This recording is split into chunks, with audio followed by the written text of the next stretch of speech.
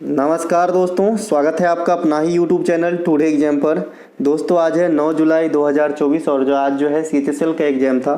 First shift की exam समाप्त हो गई है। फर्स्ट शिफ्ट के एग्ज़ाम काफ़ी सारे जो है बच्चे के द्वारा भेजे गए हैं। यहाँ पे मैं लेकर के आ गया हूँ, साथ ही साथ इम्पोर्टेंट फैक्ट दूंगा, है ना।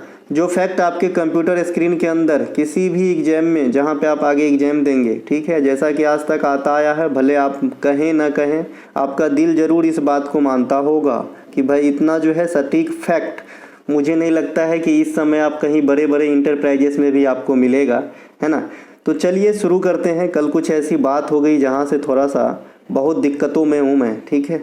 चलिए, ये जो है आपका, अगर आप हमारे कंटेंट पे भरोसा करते हैं, जैसा कि अब तक आपको भी पता चल ही गया होगा कि भाई कितनी आती है इस ई बुक से, तो आप यहाँ से ले सकते हैं। जो बच्चे PQI करते रहते हैं ना, प्रीवियस ईयर क्वेश्चन, है ना भाई, तो मैं बता दूं, अगर भर दिन भर रात आप PQI मारोगे ना, तो अधिक से अधिक 50% बन जाएगी क्वेश्चन।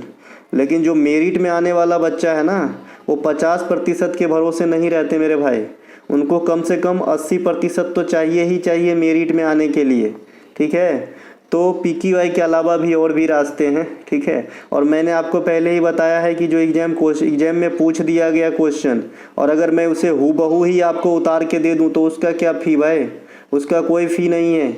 जो मेरा इजाद किया हुआ है, ये ई बुक में 100+ क्लास की क्वेश्चन रिसर्च करके लिखा गया है, उस पर दिमाग लगाई गई है, इस पर करीब सैकड़ों दिन खर्च किए गए हैं, तो उनके लिए मैं छोटा सा फ़ी चार्ज करता हूँ। बाद बाकी एनालिसिस की PDF जिनको चाहिए, फ्री में टेलीग्राम पे हमेशा अवेलेबल है भाई।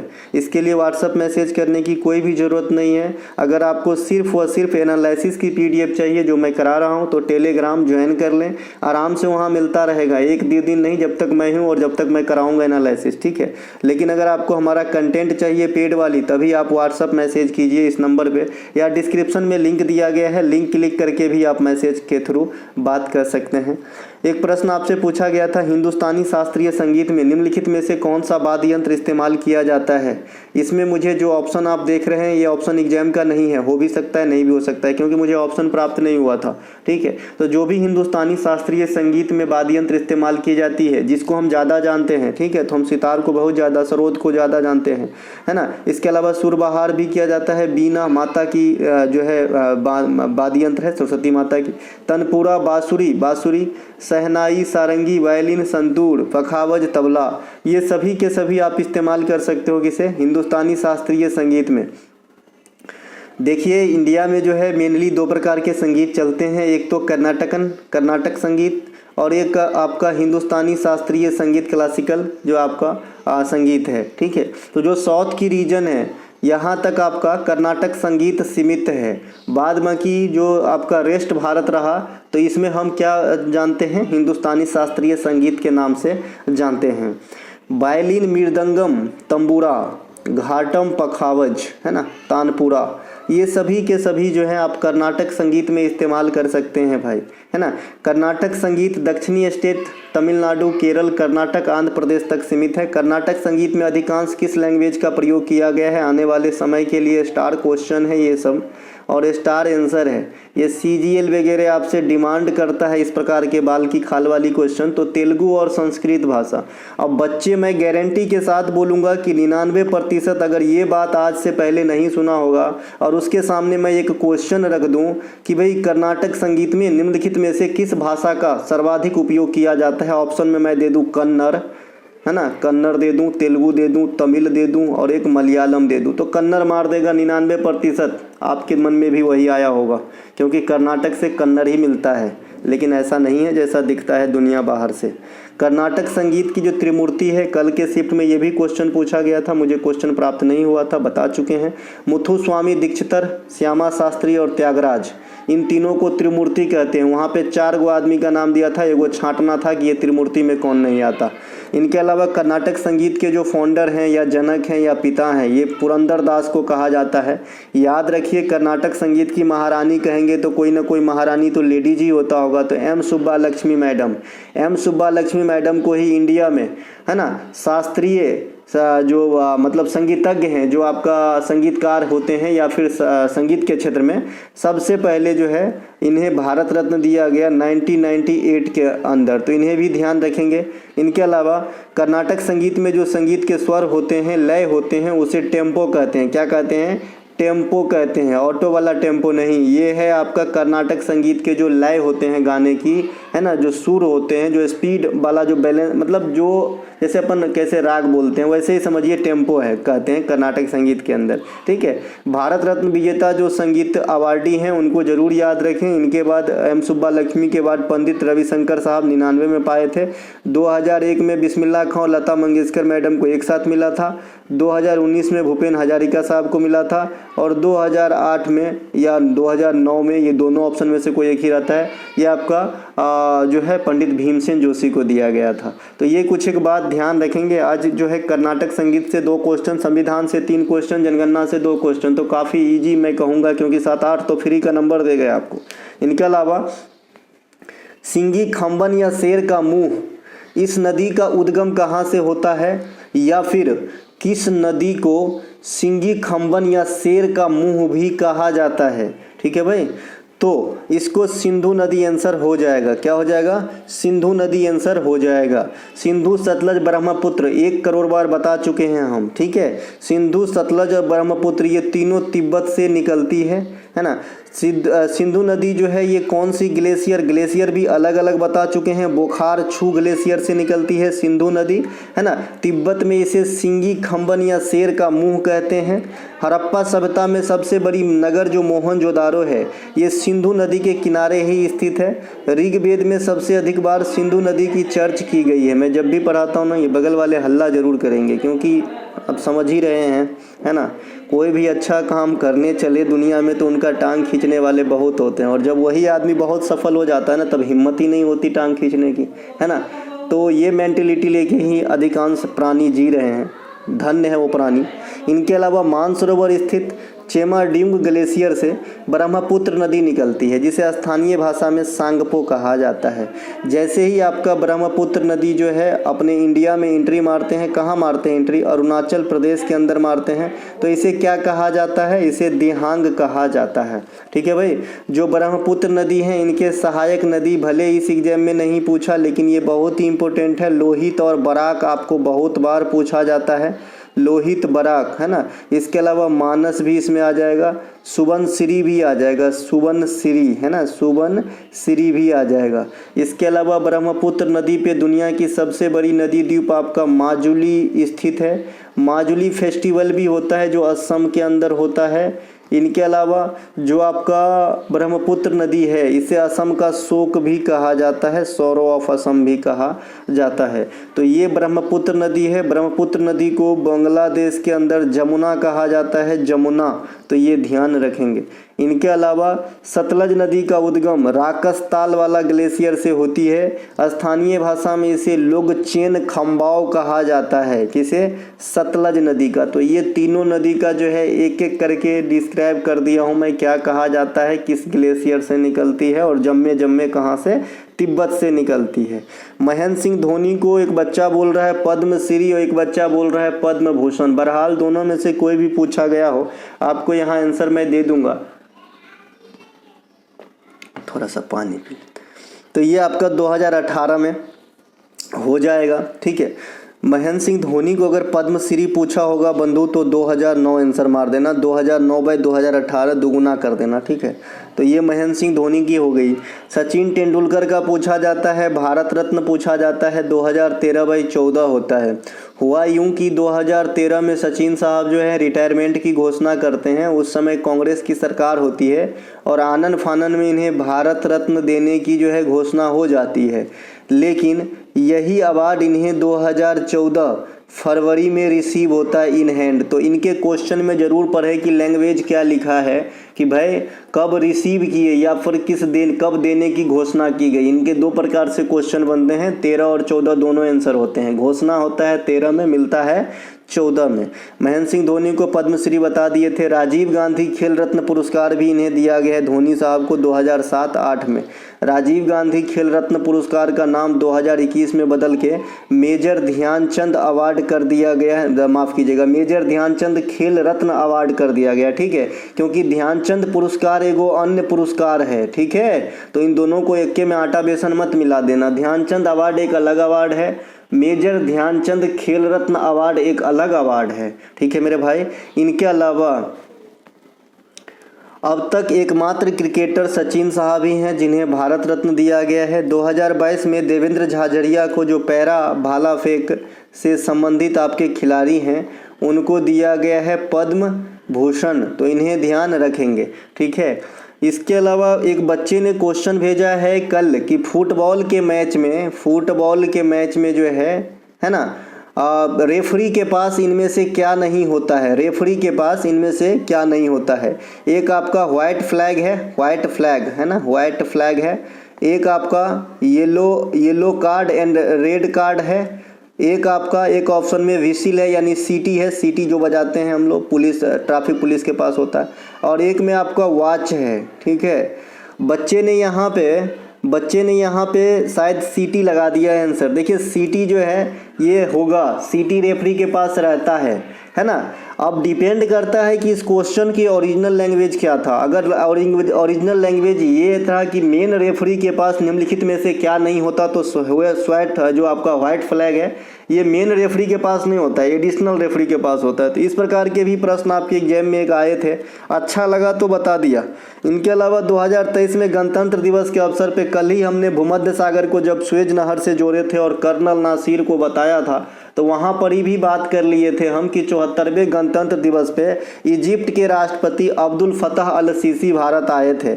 अभी जो लेटेस्ट वाला हुआ है ये सीजीएल के लिए संरक्षित है, तो इसमें इमैनुअल मैक्रोन साहब आए थे जो फ्रांस के राजनेता थे। इनके अलावा प्रथम गणतंत्र दिवस के अवसर पे इंडोनेशिया के राष्ट्रपति डॉक्टर सुकर्नो भारत आए थे, तो ये बात आपको ध्यान रखना है। संविधान को 26 नवंबर 1949 को अंगीकार किया गया था, पूर्ण रूप से लागू किया गया था 26 जनवरी 1950 को, और ये जो लागू होती है ये लाहौर अधिवेशन 1929 की हमें याद दिलाती है ना, क्योंकि इन्हीं का जो है डेडलाइन कह सकते हैं आप, उसी दिन हमने 26 जनवरी को झंडा फहराया था। इनके अलावा निम्नलिखित में से कौन से कर्नाटक संगीत से संबंधित शैली हैं, स्टाइल हैं, भाग हैं। इस प्रकार से आपके क्वेश्चन आज कर्नाटक संगीत से 2 क्वेश्चन आए, एक हिंदुस्तानी संगीत से, एक कर्नाटक से। जैसे ध्रुपद, ख्याल, टप्पा, ये सब जो है आपका किसके होते हैं, हिंदुस्तानी शास्त्रीय संगीत के। उसी प्रकार से कर्नाटक संगीत के जो भाग हैं, वर्णम है, जबली है, तिल्लाना है, पल्लवी है ना। तिल्लाना ज़्यादा ऑप्शन में देता है तो आप आराम से कर लिए होंगे, क्योंकि तिल्लाना का संबंध जो है भरतनाट्यम नृत्य से भी है, और भरतनाट्यम नृत्य भी साउथ को ही रिप्रेजेंट करता है, ठीक है। तो इस प्रकार से आप मार दिए होंगे। आइए बताते हैं हिंदुस्तानी शास्त्रीय संगीत के प्रमुख में जो शैली है, ध्रुपद, धमर, होड़ी, ख्याल, टप्पा। टप्पा को जो है आप हाफ क्लासिक का दर्जा देते हैं, ये पूर्ण क्लासिक नहीं है, इसे आप हाफ क्लासिकल सॉन्ग कहते हैं, ठीक है। टप्पा को एक स्टाइल होता है। चतुरंग, चतुरंग से कुछ याद आया, पहले शतरंज को चतुरंग भी कहा जाता था। शतरंज मैं अलग से 22 मिनट में पढ़ा दिया हूँ। 22 मिनट के क्लास से एक भी एसएससी का ऐसा शिफ्ट नहीं है जहाँ 2 नंबर मैं आपको नहीं दिलवा रहा हूँ। कई बच्चे ने कमेंट किया था सर ये क्या पढ़ा रहे हो। अरे सर मुझे पता है ना सर, बहुत दिन हमने आटा और दाल की भाव यहाँ पे किया है इस क्षेत्र में, करीब हमारे ख्याल में 2014 साल से मैं कर रहा हूँ ये सब, तो कुछ तो रहेगा ना, है ना। इसके अलावा रस सागर, तराना, सरगम, ठुमरी, ये सभी के सभी जो है हिंदुस्तानी शास्त्रीय संगीत से जुड़े हुए पार्ट हैं, है ना। टप्पा को जरूर याद रखें, ये हाफ वाला हो जाएगा, हाफ शास्त्रीय संगीत जैसा। जैसे आप है ना छऊ नृत्य होता है ना, तो उसे भी आप हाफ शास्त्रीय नृत्य कहते हो, न कि पूर्ण शास्त्रीय नृत्य जो 3 जगह होता है, सरायकेला, पुरुलिया और मयूरभंज, है ना। उसी प्रकार से रिलेट करके ही पढ़ाना सिखाते हैं, आप भी सीखिए। कर्नाटक संगीत में तत्व कितने होते हैं, तो 2, राग और ताल। अगर इसी को हम थोड़ा सा रागम और तालम लिख दे संस्कृत में तो कोई दिक्कत नहीं होनी चाहिए। वर्णम जो अभी बताया ये क्या होता है, इसमें 3 गो अलग अलग शैली और होते हैं वर्णम के अंदर, है ना। ये ठुमरी से मेल खाता। अगर कल होके बहुत डीप से क्वेश्चन पूछे कि कर्नाटक संगीत के कौन सा स्टाइल हिंदुस्तानी शास्त्रीय संगीत के ठुमरी से मेल खाता है, तो वर्णम बताना। जवाली, जवाली जो है ये आपका प्रधान गीत है, ये भरतनाट्यम के साथ विशेष रूप से मेल खाता है। तिल्लाना, है ना, ये तराना के समान है। तराना जैसे आपका हिंदुस्तानी शास्त्रीय संगीत में एक फॉर्म है, उसी से आपका तिल्लाना मिलता है। और तिल्लाना बात जो है मैंने अभी कहा था, तिल्लाना, जाति स्वरम, अलीरप्पू, ये सब भरतनाट्यम नृत्य में भी इस्तेमाल करी जाती है। ये नृत्य करने का है ना भाग है, जबकि भरतनाट्यम में अभंग, सभंग और त्रिभंग ये शारीरिक हाव भाव है। तो ये सब आपको ध्यान रखना है। चलते हैं आगे। इसके अलावा एक प्रश्न आपसे पूछा गया है, किस आयोग के अनुसार ईडब्ल्यूएस आरक्षण दिया गया था? एस.आर. सिंघो की अध्यक्षता वाले सिफारिश किए थे ईडब्ल्यूएस आरक्षण के लिए। कितनी आरक्षण मिलती है साहब? 10% मिलती है ना। आप सबर्बन हैं, अगर आप इस जोन में आते हैं यानी इकोनॉमिक रूप से आप जो है कमज़ोर हैं, तो यहाँ पे आपको 10% की आरक्षण दी जाएगी। इसके लिए संविधान संशोधन 103वां किया गया था। ईडब्ल्यूएस से जो पीठ होता है, पीठ मतलब पीठा नहीं भैया, आटा नहीं है ना, पीठा महाराष्ट्र में आटा को कहते हैं, है ना, पीठ, है ना। इसके अलावा जो ये पीठ जो है ना, ये क्या है भाई? तो ये जो जज लोगों का जो आपका कमिटी होता है, जो आपका कॉम होता है कि बैठ के फैसला सुनाते किसी चीज़ पे, निर्णय देते हैं ना, तो उसे पीठ भी कहते हैं। तो ये बोबडे साहब उनके अध्यक्ष थे, बोबडे साहब, ठीक है। ये भूतपूर्व सीजीआई हैं। इनके अलावा 2011, अच्छा यहाँ पे 101वां और 102वां बोलना बहुत ज़रूरी है। 101वां जीएसटी से है, 102वां ओबीसी से है, 104वां आपका SC ST से है ना, 106वां को भी ध्यान रखना भी महिला आरक्षण से है। इसके अलावा 2011 के अनुसार देश में दशकीय वृद्धि देखिए 17.64 है ओरिजिनल, लेकिन एग्जाम में आज तक ऐसा नहीं, 17.7 लिख देता है। तो ठीक है, 17.7 आपका आंसर हो गया। ये तो कई दफ़ा 2011 में आपका सबसे अधिक जो ग्रोथ है ये मेघालय का था, और सबसे कम ग्रोथ जो था ये नागालैंड का था। ये आपने कई बार ये जो है ग्राफ वाला इमेज जरूर देखा होगा, यहाँ पे कल शाम को भी दिखाया था, परसों भी दिखाया था। सर्वाधिक जनसंख्या वृद्धि मेघालय की 27%, और सबसे कम नागालैंड की, माइनस में चला गया, है ना। जितना जनसंख्या था उससे भी थोड़ा सा नगण्य कम हो गया। इनके अलावा दादर नगर हवेली की जो आपका ग्रोथ रहा डेकेडिकल, वो सबसे अधिक रहा केंद्र शासित प्रदेशों में।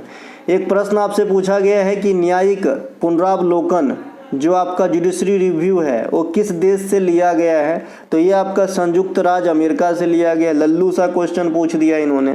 अमेरिका के संविधान से देखिए ध्यान से क्या क्या लिया गया है। तो प्रस्तावना के शब्द, लेकिन गुरुजी प्रस्तावना की भाषा कहेगा तब हम किसको आंसर लगाएंगे? तो ऑस्ट्रेलिया को लगाना, ठीक है। न्यायिक पुनरावलोकन जो आपका पूछा गया है, मौलिक अधिकार जिसे भारतीय संविधान का मैग्ना कार्टा कहा जाता है, ये तो काफ़ी ओपन बात है कि भाई यहाँ से लिया गया है। न्यायाधीशों को पद से हटाए जाने की प्रक्रिया, जो भी हाई कोर्ट या सुप्रीम कोर्ट की न्यायाधीश की जो हटाने की प्रक्रिया है, जो विधान है, ये अमेरिका से लिया गया है। राष्ट्रपति पर जो महाभियोग जो आर्टिकल 61 में दर्शाया गया है, ये भी अमेरिका से लिया गया है। उपराष्ट्रपति का पद आर्टिकल कितने में है? कोई भी बच्चा बताओ, 63 में है ना, तो ये भी लिया गया है। और जो आपका जनहित याचिका होता है, आए दिन आप पेपर में देखते रहते हैं, तो ये भी अमेरिका से लिया गया है, ठीक है। ब्रिटेन के संविधान से विधि का शासन, संसदीय व्यवस्था, एकल नागरिकता, विधि निर्माण प्रक्रिया, संसदीय विशेषाधिकार इत्यादि लिए गए हैं, ठीक है। ये सब ब्रिटेन के संविधान से लिए गए हैं। देखिए बिना कहे तो आप लोग लाइक करोगे नहीं, ठीक है, मत करो। ऑस्ट्रेलिया के संविधान से समवर्ती सूची में संसद के दोनों सदनों की जो संयुक्त बैठक होती है, ये ऑस्ट्रेलिया के संविधान से आए हैं। आर्टिकल 108 के अनुसार प्रेसिडेंट साहब दोनों सदन की बैठक बुलाते हैं, लेकिन इसकी अध्यक्षता जो है लोकसभा की जो है आपका स्पीकर करते हैं या अध्यक्ष करते हैं, ठीक है। अभी ओम बिरला फिर से बन गया है। इनके अलावा जो प्रस्तावना की भाषा है गुरुजी, मैंने कहा ये ऑस्ट्रेलिया से लिया है, तो इसे ऑस्ट्रेलिया के लिए रहने दें, और प्रस्तावना के शब्द कहेगा तो अमेरिका के लिए रहने दें। कनाडा के संविधान से संघ द्वारा राज्यों में राज्यपाल की नियुक्ति होता है, और संघीय जो ढांचा है ये भी कनाडा के संविधान से लिए गए हैं। तो ये दोनों बातों को जो है आपको ध्यान रखना है। इनके अलावा जर्मनी के संविधान से है क्या कि आपातकालीन समय में जो आपका मौलिक अधिकार है वो कमज़ोर होने लगता है, कम होने लगता है, कटौती होने लगती है। तो ये वाली बात जर्मनी के संविधान से उद्धत है। मौलिक जो आपका कर्तव्य है वो रसिया से लिया गया है, यहाँ पे नहीं लिख पाया, और ये काफ़ी इम्पोर्टेंट है। इसके अलावा दक्षिण अफ्रीका के संविधान से संशोधन प्रक्रिया लिए गए हैं, जो आर्टिकल 368 में वर्णित है। इसके अलावा राज्यसभा में सदस्यों का निर्वाचन इत्यादि, ये सब दक्षिण अफ्रीका से लिए गए हैं। आयरलैंड के संविधान से निदेशक तत्व DPSP लिए गए हैं, राष्ट्रपति का निर्वाचन, है ना। राज्यसभा में सदस्यों का नामांकन, ये दोनों चीज़ अलग अलग होता है। राज्यसभा में सदस्यों का नामांकन मात्र 12 सदस्यों का होता है जो प्रेसिडेंट के द्वारा करी जाती है। और जो आपका राज्यसभा के अंदर सदस्यों का निर्वाचन होता है ये 6 वर्षों के लिए होता है और प्रत्येक दूसरे वर्ष पे 1/3 सदस्य अवकाश ग्रहण करते हैं। और राज्यसभा का अपने आप में कार्यकाल परमानेंट होता है, लेकिन सदस्यों का कार्यकाल 6 वर्षों का होता है। कुछ गुरुजी ऐसे हैं जो बस गूगल पे गए, जो भी राम कहानी लिखा रहा उसे कहीं से मस्त एक अंगूठा चला के कॉपी किया और इधर ला के पेस्ट कर दिया। थोड़ा सा तो दिमाग लगा ले भाई। जैसे कोई पहाड़ पूछता है तो वहाँ पे उनमें ये भी लिखा रहता है कल पहाड़ पे 2 आदमी घूमने गए थे, उनका एक बिस्किट गिर गया। मतलब एक मैं ये बता रहा हूँ, वो भी लिखा रहता है। अरे ये तो कम से कम हटा दे, है ना। इसके अलावा ऊपर के फैक्ट से एक और क्वेश्चन पूछा गया था, इसका भी आंसर अमेरिका ही था, लेकिन क्वेश्चन प्राप्त नहीं हुआ है। तो इस फैक्ट से आपको मिल जाएगा। आज संविधान से 3 क्वेश्चन पूछे गए हैं। कितने? 3। एक और पूछा गया, मैं आगे बात कर लूँगा। शतरंज के खेल में प्यादा की संख्या कितनी होती है? सब दिन 2 नंबर बोनस की। 8 गो प्यादा होता है, मैं ये भी बताया हूँ गुरुजी। अभी शतरंज का पट नीचे रखा हूँ, मैं बताऊँगा एक एक चीज़। शतरंज के खेल में दोनों पक्ष को मिला के 16 प्यादा होते हैं। इसके अलावा शतरंज के खेल में कितने प्रकार की गोटी की इस्तेमाल की जाती है? तो आप क्या कहोगे? आप कहोगे भाई 6 प्रकार की गोटी। कौन कौन से? राजा, रानी, हाथी, घोड़ा, ऊँट, प्यादा। शतरंज के खेल में घोड़ा की चाल कैसी होती है? शतरंज के खेल में 6 प्रकार की गोटी का इस्तेमाल किया जाता है, जैसे कि आप यहाँ पे देखेंगे, है ना, बता दिया था। शतरंज के खेल में जो घोड़े की चाल होती है ना, ये एल प्रकार की होती है। अभी आप नहीं समझेंगे, जो बच्चों को क्लास नहीं देखा है 22 मिनट का, जाके शतरंज वाली क्लास आज के आज टॉपिक बैच में दिया गया है, जाके देखो। आने वाले भविष्य में सभी एसएससी की एग्जाम में 2 नंबर मेरे तरफ के से अभी भी पॉकेट में रख लो। अब नहीं मानोगे बात तो हमरा खा लोगे। चलो, शतरंज के खेल में ऊँट का चाल एक्स के जैसा होता है। शतरंज के खेल में हाथी का चाल प्लस के जैसा होता है। अब नहीं समझे ना, आइए समझाता हूँ, है ना। देखिए ये जो घोड़ा की चाल है ना, यहाँ पे घोड़ा भाई साहब बैठे हैं, इसको जब भी चलना होगा 2 घर और फिर 1 घर चलता है। किसी भी डायरेक्शन में 2 घर फिर 1 घर, है ना, 2 घर फिर 1 घर, 2 घर फिर 1 घर, 2 घर फिर 1 घर, 2 घर फिर 1 घर। तो हमेशा इनका जो चलने का स्टाइल है वो एल जैसा बनता है। देखिए हमेशा जो इनका चलने का स्टाइल है वो एल जैसा बनेगा। अभी इस साइड डायरेक्शन चला तो एल जैसा, मैं इधर चलाना चाहता हूँ तो ये चल किसी भी डायरेक्शन में चल सकता है, किसी भी दिशा में चल सकता है, लेकिन हमेशा एल 2 बार पीछे 1 बार आगे चलेगा, ठीक है। इसके अलावा ये प्यादा भाई साहब हैं, ये सबसे छोटा गोटी होता है शतरंज के खेल में, ठीक है। ये चलने के समय में सीधा ही चलता है ना। पहले चाल में यह 2 घर चल सकता है मैक्सिमम, उसके बाद यह 1-1 घर चल सकता है, लेकिन जरूरी नहीं है कि पहले चाल में भी 2 घर चले, हो सके खेलने वाले एक ही चाल चलाए, ठीक है।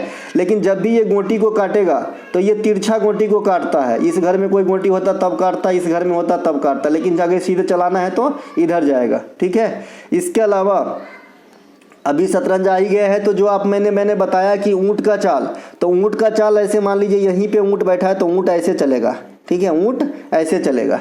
और हाथी कैसे चलेगा बंधु? तो हाथी प्लस के जैसे चलता है, समझ गए। तो ये है शतरंज की गोटी। इसके अलावा शतरंज में जो इस्तेमाल होता है, ऊँट को आप क्या कहते हो? बिशप कहते हो। घोड़ा को आप क्या कहते हो? नाइट कहते हो। नाइट मतलब योद्धा, नाइट मतलब रात, लेकिन स्पेलिंग में चेंजेस।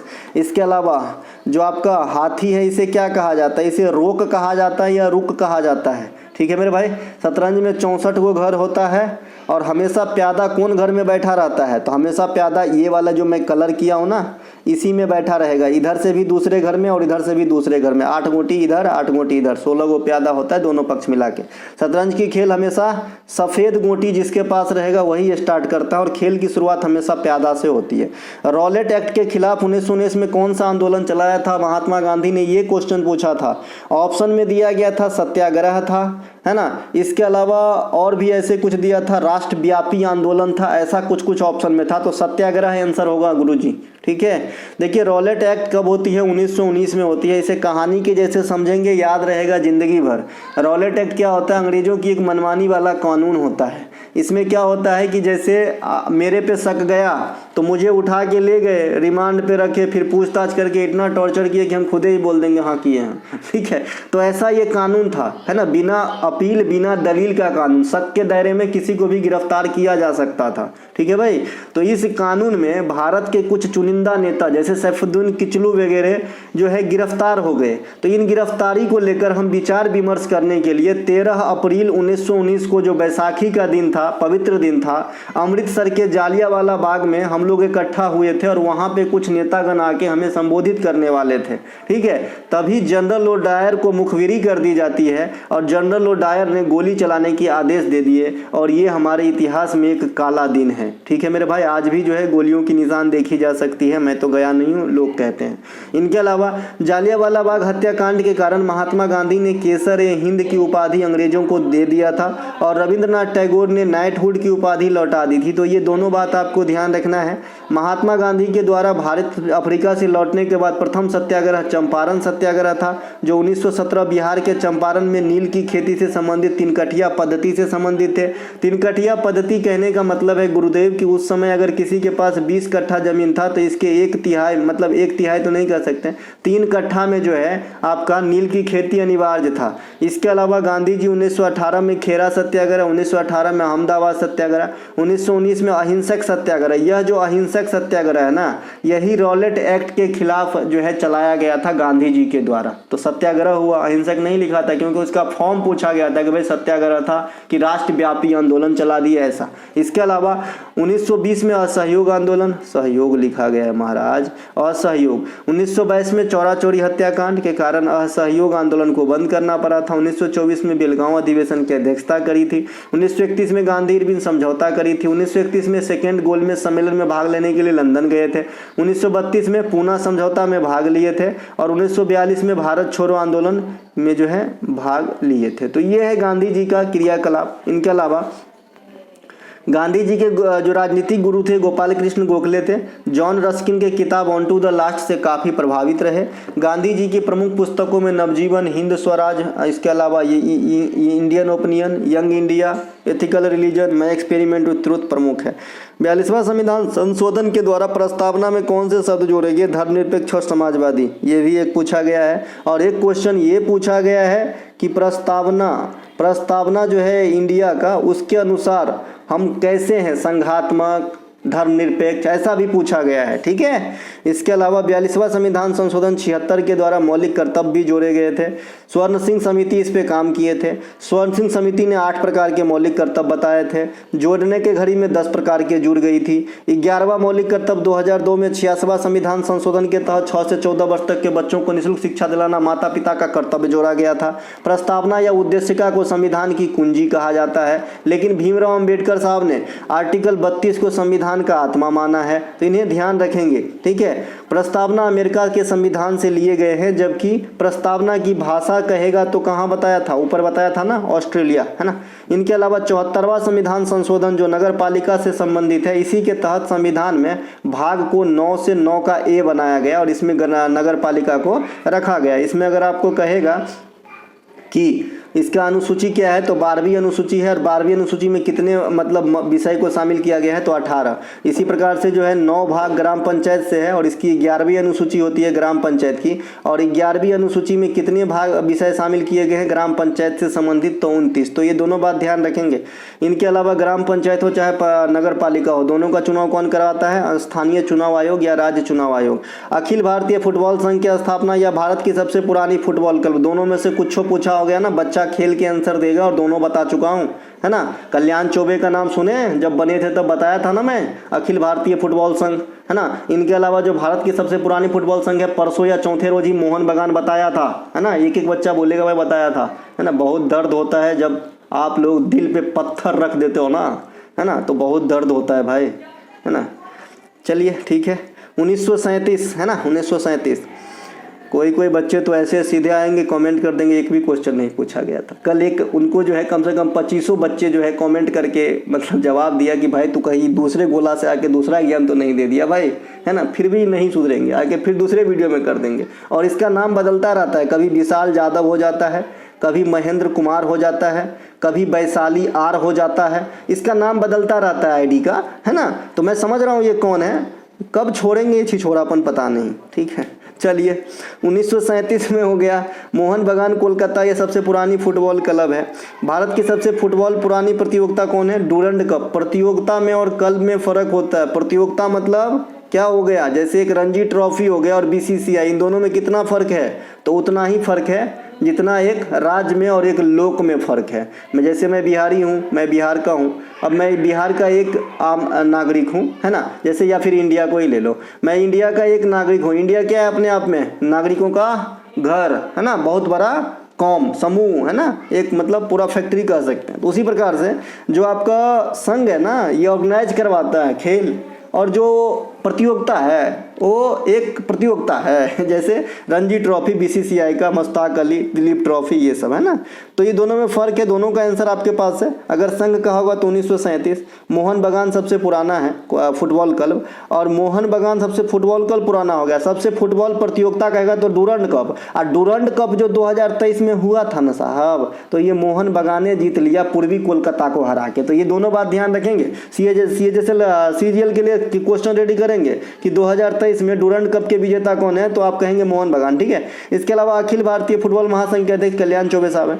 भारतीय ओलंपिक कमेटी 1927 में बने थे, दोराबजी टाटा के द्वारा। वर्तमान अध्यक्ष कौन है, पीटी उषा मैडम है, प्रथम महिला अध्यक्ष भी है। बीसीसीआई की स्थापना कब हुई थी, 1928 में हुई थी। वर्तमान अध्यक्ष कौन है, रोजर बिनी है। और Sai sports authority of India की स्थापना 1984 में हुई थी, और इनके जो अध्यक्ष होते हैं अब कौन होते हैं भाई, प्रधानमंत्री होते हैं। बीसीसीआई के प्रथम अध्यक्ष कहेगा तो आर ग्रेंट गोवन, आप सभी को पता है ना। चलते हैं, इसके अलावा 2011 में आपका लिंगानुपात पूछा है, कल शिशु लिंगानुपात पूछा था, मतलब दोनों दिन अभी लिंगानुपात चल रहा है। तो भैया ये आपका 943 हो जाएगा, है ना। 2011 में शिशु लिंगानुपात 919, 2011 में शहरी लिंगानुपात 929 था, 2011 में ग्रामीण लिंगानुपात 949। इसके अलावा पल्लव वंश के संस्थापक पूछ लिया इन्होंने, सिंह विष्णु। चालुक्य वंश के पुलकेशिन द्वितीय का नाम सुने होंगे ना, तो इसी वंश के थे, चालुक्य वंश के, जो हर्षवर्धन को हराए थे, है ना। कब, नर्मदा नदी के किनारे, कब, 618 ईस्वी में, कब, है ना। गुज्जर प्रतिहार वंश के संस्थापक कौन है, नागभट्ट प्रथम। कुषाण वंश के संस्थापक कुजुल कफडिसेस। इस वंश के जो महान प्रतापी राजा हुआ कौन है, कनिष्क। और कनिष्क के काल में क्या हुआ था, चौथा बौद्ध संगति हुआ था, ठीक है। इसके अलावा राष्ट्रकूट वंश के संस्थापक दंती दुर्गा। राष्ट्रकूट वंश के बारे में और आप एडिशनल क्या जानते हैं, तो भाई त्रिपक्षीय संघर्ष में इन्होंने पाल प्रतिहार के साथ भाग लिया था और यही जीते थे। इनका एक शासक था ध्रुव, ठीक है। इनके अलावा मौर्य वंश के संस्थापक चंद्रगुप्त मौर्य। इनके बारे में क्या जानते हैं, कितना जानते हैं, जितना भी जानते हैं वो भी कम है, क्योंकि इनके बारे में बहुत कुछ जानने के लायक है। इनके अलावा गुप्त वंश के संस्थापक श्रीगुप्ता। विजयनगर साम्राज्य के संस्थापक हरिहर एवं बुक्का। विजयनगर साम्राज्य पे कितने वंश ने शासन किया, 4 वंश, आपके सामने चारों चमक रहे होंगे। सबसे पहले संगम वंश, हरिहर एवं बुक्का ने इसी वंश का स्थापना किया था पहले, फिर बाद में आया आपका तुलुप वंश, सुलुभ वंश, अरविदु वंश, ठीक है। जो आपका तुलुप वंश है ना, इसमें कृष्णदेव राय हुए। कृष्णदेव राय बहुत प्रतापी राजा हुए, इन्होंने 1000 खंभा महल बनवाया, है ना। इन्होंने जो है आपका आमुक्ता मल्यादा नामक किताबा लिखा, है ना। कौन भाषा में थे आप लोगों से डिमांड करूंगा, तमिल या तेलुगु, दो ही ऑप्शन है, चलिए। इसके अलावा इन्होंने जो है कृष्णदेव राय जो है भारत में सिल्क मार्ग की खोज कनिष्क किए थे। देखिए इन दोनों में कन्फ्यूजन मुझे भी होता है, तो आपको भी हो सकता है। कनिष्क जो है सिल्क मार्ग की खोज किए थे, ना कि कृष्णदेव राय, ठीक। चलते हैं आगे, जाम्बती कल्याणम भी यही लिखे हैं।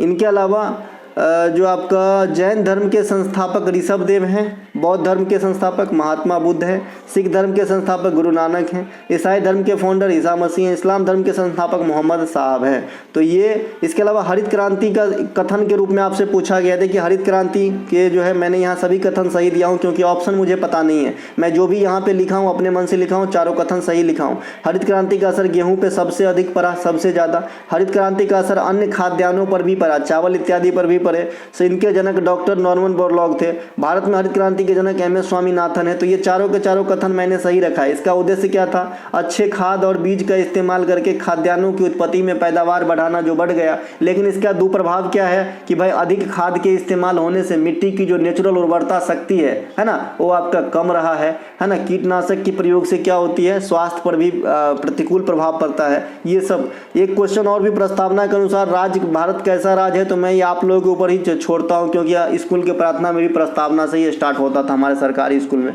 तो आप लोग भी किए होंगे। तो कम से कम हम भारत के लोग इसके आगे की तो लाइन जरूर याद होगा, ठीक है। तो हम मिलेंगे अगले वीडियो में, तब तक के लिए जय हिंद। अगर किसी भी बंधु को मेरा कंटेंट चाहिए तो व्हाट्सएप मैसेज डिस्क्रिप्शन में लिंक है, लिंक क्लिक करके कर सकते हैं। खाली एनालिसिस का PDF चाहिए तो गुरुदेव आपके लिए फ्री रखा है, टेलीग्राम पे जाना है, वहाँ आपको मिल जाएगी। जय हिंद दोस्तों। नमस्कार दोस्तों, स्वागत है आपका अपना ही YouTube चैनल टुडे एग्जाम पर। दोस्तों जैसा कि आज 9 जुलाई है और 9 जुलाई का आपका CHSL का एग्ज़ाम था। फर्स्ट शिफ्ट का ही एनालिसिस मैंने कराया था। बाद बाकी जो भी बचे हुए एनालिसिस है मैंने आपको टेलीग्राम पे इतला कर दिया था कि मैं शाम को एक कंबाइंड लेकर के आऊँगा सेकेंड और थर्ड शिफ्ट का। फोर्थ शिफ्ट का कल करा दूंगा सवेरे, ठीक है भाई। देखिए तो इसमें सेकेंड और थर्ड शिफ्ट के क्वेश्चन आप देखेंगे 100% रियल वाली क्वेश्चन तो आप देखते ही हैं।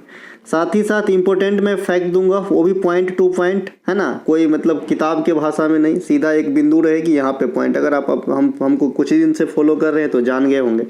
और ये पॉइंट टू पॉइंट उसी रूप में आपके कंप्यूटर स्क्रीन के अंदर नजर आएगी। जैसे अभी आज सेकेंड जो दिन में PDF दिया हूँ मैं टेलीग्राम पे, वहाँ पे जाके देख लीजिएगा। उस PDF से आज के तीनों शिफ्ट में मैं टटोलता हूँ तो 6 नए क्वेश्चन बने हैं। और नए क्वेश्चन बनना काफ़ी बड़ी बात होती है, ठीक है भाई। जैसे कल मैंने आपको बताया था कि रेडियो तरंग की खोज किसने किया था, जब वहाँ पे आपका परावैंगनी किरणों का पूछा गया था। तो ये भी उसी लैंग्वेज में छप जाता है, एग्जामिनर मेरा बात सुनता रहता है, ठीक है भाई। तो चलिए शुरू करते हैं। अगर आपको टुडे एग्जाम का कंटेंट चाहिए जो 4 SSC एग्जाम में, है ना, जो है लक्ष्य से कहीं ज़्यादा आपको करके दिया है, 80% क्या, एक दिन तो 25 में 23 भी मिल गए कंप्यूटर के दोनों छोड़ के, ठीक है। तो आप ले सकते हैं भाई, यहाँ पे मोबाइल नंबर है या डिस्क्रिप्शन में लिंक है, लिंक के थ्रू भी आप जा सकते हैं मैसेज करके, है ना, ले सकते हैं। भोटिया जनजाति लोक नृत्य किस राज्य से संबंधित है, तो ये आपका उत्तराखंड से है। देखिए भूटिया और भोटिया ये दोनों में थोड़ा सा कन्फ्यूजन है, भूटिया और भोटिया, लेकिन मैंने इसे याद करने के लिए क्या बताया हूँ, बाईचुंग भूटिया का नाम सुने हो साहब। बाईचुंग भूटिया क्या है, फुटबॉलर है, कहाँ के हैं, पूर्वोत्तर के हैं। तो जो भोटिया जनजाति है ना ये सिक्किम के हैं, और जो भोटिया जनजाति है ना, घुमंतु भोटिया, ये आपका नोमैडिक होते हैं, ये आपका उत्तराखंड के हैं। तो यहाँ पे उत्तराखंड आंसर लगा देना था साहब, ठीक है। भोटिया जनजाति उत्तराखंड में, भोटिया जनजाति सिक्किम में निवास करते हैं। अब आते हैं भोटिया और भी जो भी इन राज्य के संबंधित नृत्य हैं उनको देख लेते हैं। इस कड़ी में हम राजस्थान को देखेंगे। स्वांग 13 ताली, 13 ताली के लिए बंधु जो है कान खोल के सुन लीजिए। 13 ताली के लिए अगर ऑप्शन में RJ नहीं है, राहुल जयकार यानी राजस्थान नहीं है, तो MP लगा देंगे, है ना, महाप्रसाद लगा देंगे, ठीक है भाई। इसके अलावा घूमर, ये महिला के द्वारा राजस्थान में की जाती है। जो घूमर नृत्य है ये कौन से जनजाति के महिला के द्वारा सबसे पहले स्टार्ट किया गया था, तो भील समुदाय के द्वारा। याद रखिएगा 2011 जनगणना के अनुसार सबसे अधिक जनजातीय समुदाय कौन सा है, तो भील है। दूसरे स्थान पे चला गया है गोंड, है ना। पुरानी किताब में अभी भी आपको गोंड ही नजर आएगा, तो उसको बदल लीजिएगा। हर लफ्ज पे क्वेश्चन है, ध्यान से सुनिएगा। सुइसनी कलबेलिया को आप गुलाबो सपेरा का नृत्य कहते हैं। क्या कहते हैं, गुलाबो सपेरा का नृत्य कहते हैं। ये नाम है आदमी का गुलाबो, यहाँ आप फूल मत कर दीजिएगा। चरी नृत्य ये महिलाओं के द्वारा करी जाती है। एक देखिए एक चंग नृत्य भी होता है राजस्थान के अंदर। इनके अलावा गणगौर फेस्टिवल है राजस्थान के अंदर, मैक्सिमम 18 दिन तक होती है। झूलन लीला, झूमा, घपाल, पनिहारी, गिनाद, कच्ची घोड़ी, ये सभी के सभी जो है राजस्थान से संबंधित आपका नृत्य है। राजस्थान में एक्स्ट्रा क्या बताया था आपको याद रखना है ना। मैं पढ़ाने में एनालिसिस कम पढ़ाता जाता हूँ भाई, ध्यान रखिएगा। गुरु शिखर की हाइट 1722 मीटर, याद रखिएगा। ये अरावली पर्वत जो दुनिया में सबसे ओल्डेस्ट माउंटेन रेंज की उदाहरण भी है, तो उन्हीं का ये सबसे हाईएस्ट पीक है गुरु शिखर, जो राजस्थान का भी हाईएस्ट पीक हो जाएगा। और इसकी टोटल हाइट की बात करेंगे तो कितना हो जाएगा बंधु, 1722 मीटर हो जाएगा, ठीक है भाई। इसके अलावा गुजरात में आते हैं। गुजरात में आपका गरबा है, डांडिया रास है, भवई है। भवई देखिए मैंने भवई बताया है कि भवई RJ में भी हो सकता है और भवई गुजरात में भी हो सकता है, ठीक है, गुजरात, है ना, सही है। तो ये दोनों में से कोई एक ही ऑप्शन रहेगा, लेकिन मेन ओरिजिन की बात करेंगे तो भवई जो है कहीं ना कहीं RJ से निकला था, राजस्थान से निकला था। टिप्पानी, ज्योरिन, भवई, सिद्धि धमाल, पधार, गरबा, डांडिया तो आप जानते ही हैं। इसके अलावा उत्तराखंड में आएंगे चपली, गढ़वाली भी याद करने की जरूरत नहीं है क्योंकि गढ़वाल रीजन है ना, गढ़वाल, है ना, एक मेरे साहब थे गढ़वाल साहब, है ना। इनके अलावा कुमायूं भी हिमालय वाला पार्ट का नाम है, तो यहाँ से आपको आ जाएगा कि कुमायूं हिमालय का जो क्षेत्र है ये उत्तराखंड राज्य के जो है समांतर है, तो इन्हें आपको पड़ जाएगा। कजरी में थोड़ा सा विरोध विरोधाभास है। कजरी उत्तर प्रदेश और उत्तराखंड दोनों होता है। रासलीला उत्तर प्रदेश में भी होता है। पांडव नृत्य, भोटिया नृत्य, देखिए ये वाला पूछा गया है दादा, है ना, ये वाला जो है पूछा गया है। और उस दिन आपका लंगवीर पूछा गया था पहला शिफ्ट में, तो उत्तराखंड में भी दोनों आपको मिला के दिया हूँ, है ना। यानी जितने भी पूछे हैं नृत्य, एक बिरले ही कोई छूटा होगा, नहीं तो सब आपके टॉपिक वाइज सेक्शन से आ जाएंगे। ये अपने ही टॉपिक वाइज का पेपर कटिंग है भाई, ठीक है। इसके अलावा हरियाणा में फाग, डाफ, धमाल, देखिए गुग्गा पूछा गया है। ये लूर जो है आप सीजीएल के लिए रखिएगा संभाल के, पूछता है। इसके अलावा खोर, गगोर, ये सब भी पूछते हैं, हरियाणा के हैं, है ना। इनके अलावा महाराष्ट्र के आते हैं साहब लवनी, नकटा, कोली, लेजिम, गाफा, दही कला, दशावतार, तमाशा, मौनी, पोबारा, गौरीचा, बोहदा, ये सब जो है आप कहाँ पे देखेंगे, महाराष्ट्र के अंदर देखेंगे। कोली नहीं लिखा, हाँ लिखा है भाई, कोली लिखा है यहाँ पे। कोली ये जनजातीय नृत्य कह सकते हैं आप। कोली समुदाय के लोग महाराष्ट्र में निवास करते हैं, जिनका मेन पेशा क्या होता है, मछली, जो आपका मछली से संबंधित कारोबार है। वाइड बॉल में क्या पनिशमेंट दी जाती है, ये सेकेंड शिफ्ट में पूछा है। थर्ड शिफ्ट में पूछा है। टेस्ट क्रिकेट में बॉल रिप्लेसमेंट से क्वेश्चन पूछा है, ठीक है भाई।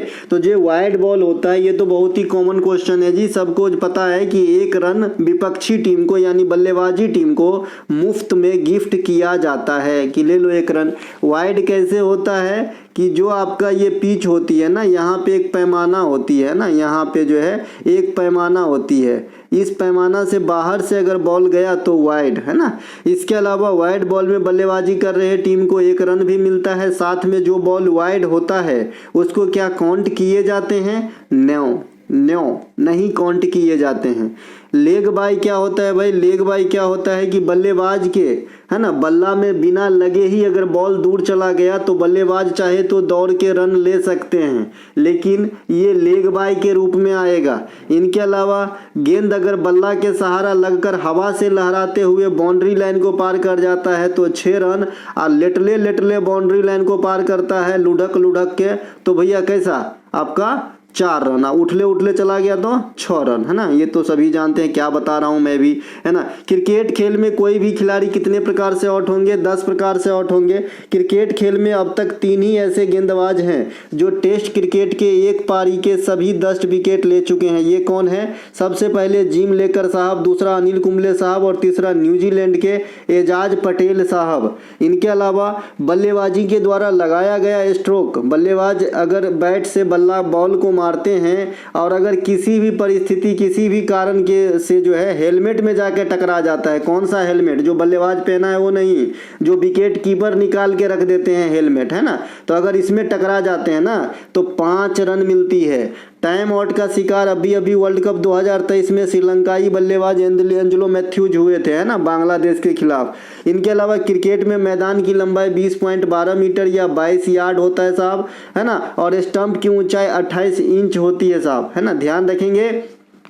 इसके अलावा पहले इंटरनेशनल आधिकारिक क्रिकेट कब खेला गया था, तो 1844 में। किन 2 देशों के बीच, यूएसओ और कनाडा के बीच, है ना, ध्यान रखेंगे। लेकिन अगर पहला टेस्ट क्रिकेट कहे या पहला ओडीआई क्रिकेट कहे तो ये दोनों में टीम सेम है, ऑस्ट्रेलिया और इंग्लैंड, है ना। तो ये दोनों बात अच्छे से ध्यान रखना। टेस्ट क्रिकेट या वनडे कहेगा तभी ऑस्ट्रेलिया और आपका इंग्लैंड, नहीं तो ऑस्ट्रेलिया और कनाडा पहली बार अंतर्राष्ट्रीय क्रिकेट खेले थे। निम्नलिखित में से कौन सा रोग वंशानुगत है, इस प्रकार के क्वेश्चन आया है। एक बच्चा बता रहा है कि मलेरिया कैसा रोग है, या फिर वो मलेरिया आंसर होगा इसीलिए ऐसा बोल रहे होंगे, ठीक है।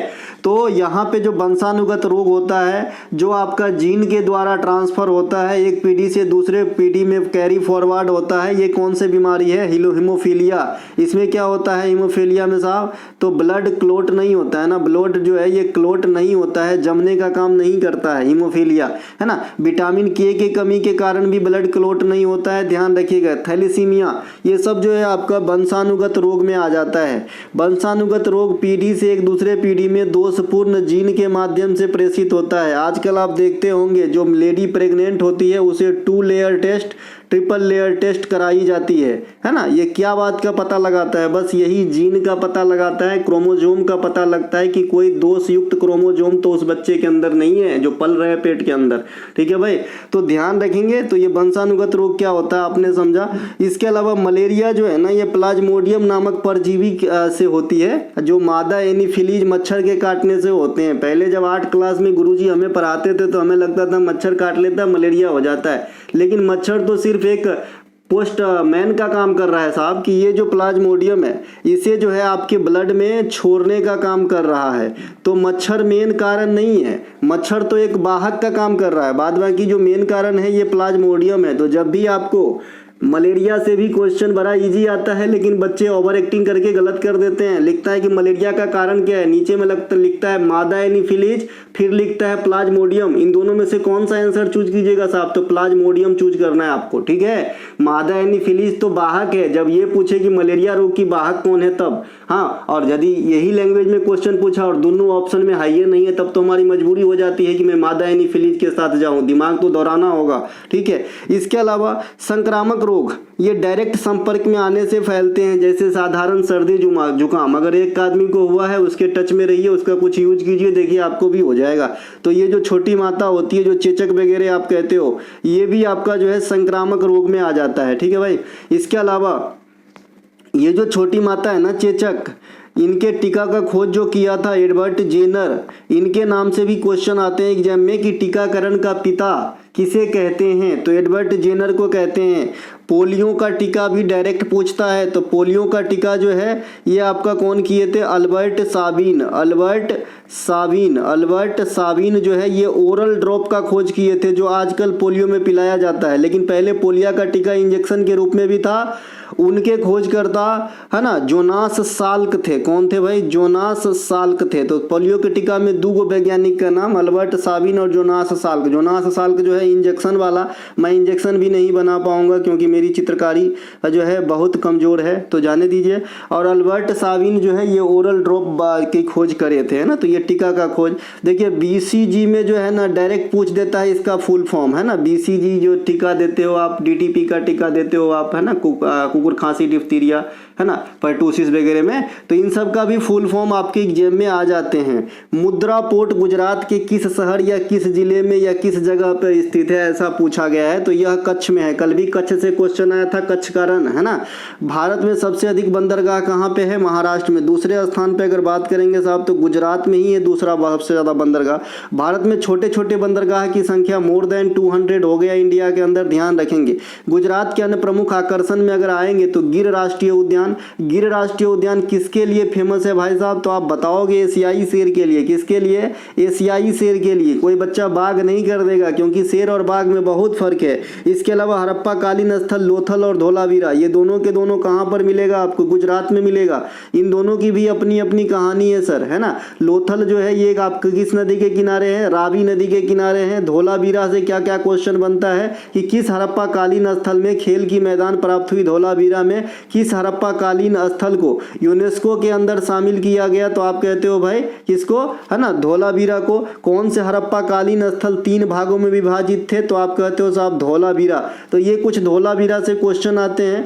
भारत में कच्छ फेस्टिवल, है ना, कच्छ फेस्टिवल मनाया जाता है, या फिर कच्छ के रण फेस्टिवल कहिए। अंतर्राष्ट्रीय पतंग महोत्सव ये आपका जो है गुजरात के अहमदाबाद में होता है। उत्तरायण का फेस्टिवल मकर संक्रांति के अवसर पे समूचे गुजरात में होते हैं। बेस्टू बरस का त्यौहार ये नया साल के अवसर पे गुजरात में मनाया जाता है।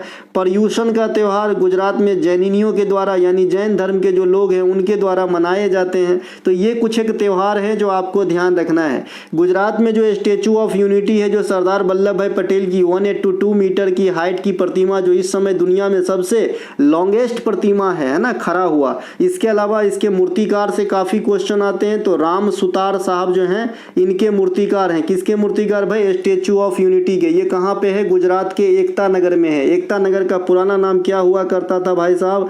केवड़िया हुआ करता था, है ना। और एकता नगर से आपको और क्या याद रखना है? केवड़िया का नया नाम तो हो गया साहब एकता नगर। इससे क्या नाम याद रखना है भाई? कौन से क्वेश्चन में ये चीज काम करेगा? तो आपको पता है कि 31 अक्टूबर को प्रतिवर्ष राष्ट्रीय एकता दिवस मनाते हैं। चूंकि स्टेचू ऑफ यूनिटी भी सरदार वल्लभ भाई पटेल की प्रतिमा है, SBP लिख देता हूँ यहाँ पे, और जो एकता दिवस मनाया जाता है वो भी सरदार वल्लभ भाई पटेल के जन्मदिन पे ही सेलिब्रेट किया जाता है। तो चीज़ों को खोज के लाओ और पिन में बांधो, यही मैं कराने की कोशिश करता हूँ, लिंक कराने की। ठीक है भाई। इसके अलावा जो भारत में जंगली गधा अभयारण्य है या फिर क्षेत्र है, ये कहाँ पे है? तो ये गुजरात के अंदर है। इसे कुरंग कहा जाता है ना, नीला गाय भी कहते हैं गांव घर में। इसके अलावा पालीताना का जैन मंदिर कहाँ पे है? तो गुजरात के मेहसाना प्रांत में है पालीताना का जैन मंदिर, ये भी क्वेश्चन पास्ट में आए हैं। मोढेरा का सूर्य मंदिर कहाँ पे है? ये गुजरात में है। और मोढेरा इंडिया में सौर ऊर्जा संचालित प्रथम ग्राम है, तो इन्हें भी ध्यान रखेंगे। और सांची सौर ऊर्जा से संचालित प्रथम शहर हो गया इंडिया का, तो ये बात भी आपको ध्यान रखना है। देखिए क्वेश्चन कंप्यूटर का लिखा है बच्चा Ctrl+N। Ctrl+N का मतलब होता है न्यू ई बुक से अंदर एक भी शॉर्टकट नहीं आ रहा है। मैं तो ऐसे ही कह देता हूं कि कंप्यूटर छोड़ के बात करता हूं, क्योंकि मुझे पता है कभी कंप्यूटर अगर डिपेस्ट पूछेगा तो फिर दिक्कत है ना। लेकिन जहां तक शॉर्टकट की बात है, एक मैं सीट अवेलेबल करा दिया हूं ई बुक में अंदर एक इमोज के फॉर्मेट में, उससे बाहर नहीं आएगी आपकी शॉर्टकट की। ठीक है भाई।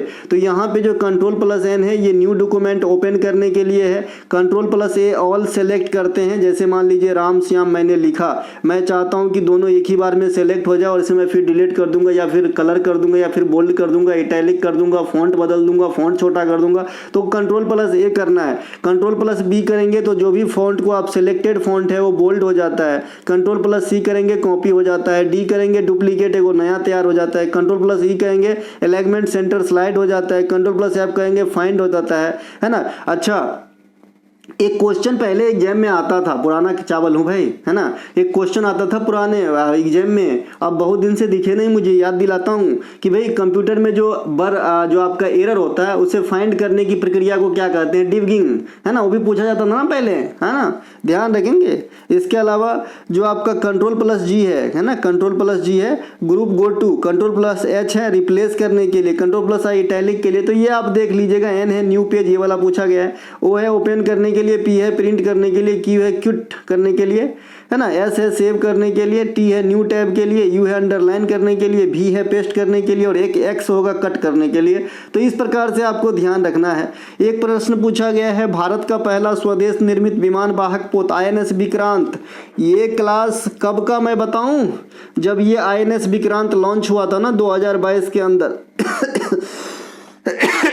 मैं चाहो तो आज का टेलीग्राम पे इसका इमेज भी मैं आपको दिखा दूंगा, इमेज फॉर्मेट में भी टेलीग्राम पे भेजा हूँ मैं। क्यों भेजा हूँ पता है? क्योंकि ये पहला स्वदेश निर्मित विमान वाहक पोत बनाया गया था और मैं ये भी बताया था कि इसका नाम का ओरिजिन क्या है, कैसे इसका नाम विक्रांत ही रखा गया। ठीक है, चलिए बात कर लेते हैं। जो INS विक्रांत है ना, ये भारत का स्वदेश निर्मित प्रथम विमान वाहक पोत है जो अपने से बनाया गया है। हालांकि इससे पहले भी भारत में विमान वाहक पोत INS विक्रमादित्य और INS विक्रांत ही था। ठीक है मेरे भाई।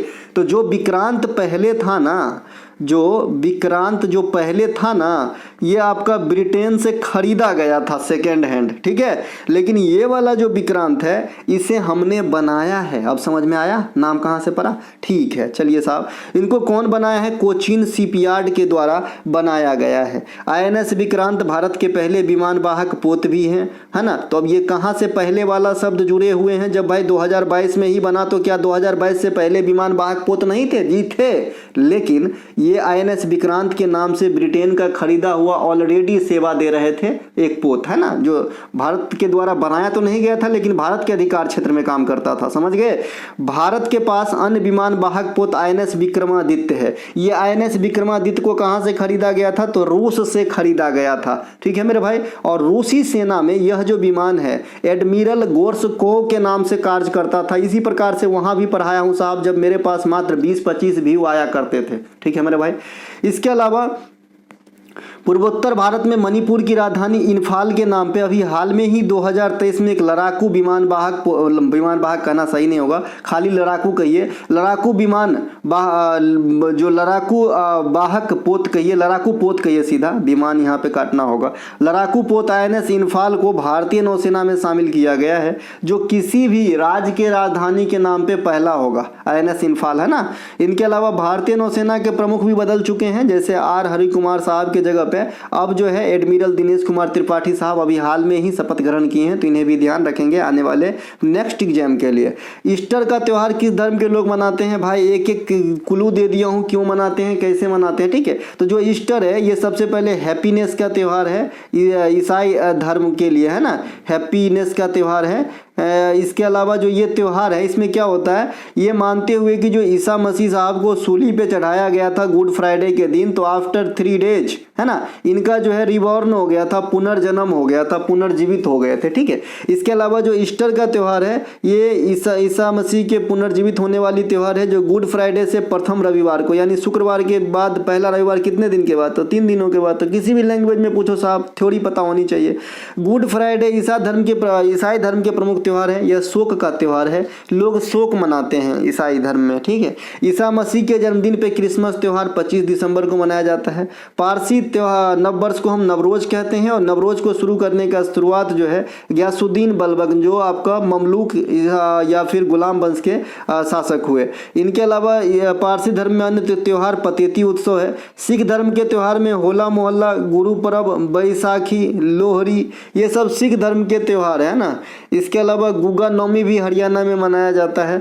इनके अलावा मुहर्रम, रमजान, बकरीद, ईद, ये सभी इस्लाम धर्म के त्यौहार है। अब आते हैं त्यौहार को कैलेंडर से रिलेट करते हैं सर जी, ठीक है। देखिए इस्लाम धर्म के जो त्यौहार है ना, नववर्ष, इसे हिजरी महीना भी कहते हैं, हिजरी माह भी कहते हैं, ठीक है। ये इस्लाम धर्म के प्रथम माह है जिसमें आप मुहर्रम मनाते हो। इस यानी इस्लाम धर्म में नववर्ष को क्या कहते हैं, तो मुहर्रम कहिएगा, ठीक है।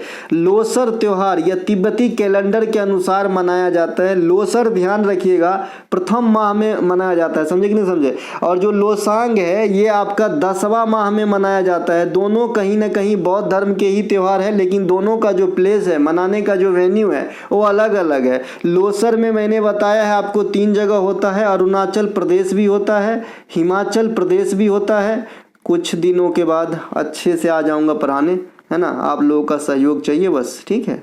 ये आपका हिमाचल प्रदेश और ये आपका जो है लद्दाख हो जाएगा। अच्छे से कहने का मतलब कुछ इक्विपमेंट ले लूँगा ताकि मैं अच्छे से जितने भी चीज़ बोलता हूँ उसे सही से लिखूँ और भी ज़्यादा आपको फैक्ट दूँ और एक फुल फ्लेज में आपको जो है पढ़ाऊँ। ऐसे भी मैं पूरी कोशिश कर रहा हूँ जो भी मेरे पास इक्विपमेंट है उसके सहारे, ठीक है भाई। इसके अलावा जो लोसांग त्यौहार है, ये लोसांग त्यौहार जो है ये आपका सिक्किम के अंदर मनाया जाता है। ये चंद्र कैलेंडर के 10वें महीने के 18वें दिन। बहमनी समाज के संस्थापक, बहुत ही लल्लू सा क्वेश्चन है, जब भी दिल्ली सल्तनत आपको मैंने पढ़ाया होगा बहमनी वंश जरूर पढ़ाया होगा, क्योंकि आपसे पूछा जाता है कि बहमनी वंश के, है ना, जो पैरलर में कुछ हुआ रहता है, ऐसा पूछा जाता है। विजयनगर साम्राज्य के पैरलर में सल्तनत पे क्या हुआ है उससे रिलेट करके पूछा जाता है। तो अलाउद्दीन बहमन शाह, इसे आप हसन गंगू भी कहते हैं। दिल्ली सल्तनत के फाउंडर कुतुबुद्दीन ऐबक है, इसे लाख बख्श भी कहते हैं। सैयद वंश के संस्थापक बहुत बार पूछा जाता है और ऑप्शन में सैयद करके भी आता है ऑप्शन, लेकिन खिज्र खां आंसर मारना है ना, बुलाती है मगर जाने का नहीं। तो ये यहीं पे जो है सैयद वंश जब भी पूछेगा ना तो सैयद से भी ऑप्शन रहता है, लेकिन आपको जो है आधा नंबर काटने के लिए रहता है। तुगलक वंश के फाउंडर गयासुद्दीन तुगलक, लोदी वंश के फाउंडर बहलोल लोदी, खिलजी वंश के फाउंडर जलालुद्दीन खिलजी। तो ये ध्यान रखेंगे, ठीक है। अरे बुलाती है मगर मतलब बहुत जो आपका अपना मतलब कुछ गलत होने वाला चीज़ बुलाती है, वहाँ जाने का नहीं, समझे क्या सोच रहे हैं। मुगल वंश के फाउंडर जहरुद्दीन बाबर, विजयनगर साम्राज्य के फाउंडर हरिहर एवं बुक्का। तो ये भी ध्यान रखेंगे, विजयनगर साम्राज्य पे 4 वंश शासन किए हैं, क्रम जरूर याद रखिएगा साहब। ये संगम वंश होता है ना, फिर आपका सुलुभ वंश होता है SS, फिर आपका तुलुबा होते हैं और फिर आपका अरबद्यू होता है SST, सशस्टा, है ना। इनके अलावा कुषाण वंश के फाउंडर कौन है, कजुल कफडीसेस है। चंदेल वंश के फाउंडर नन्नुक है।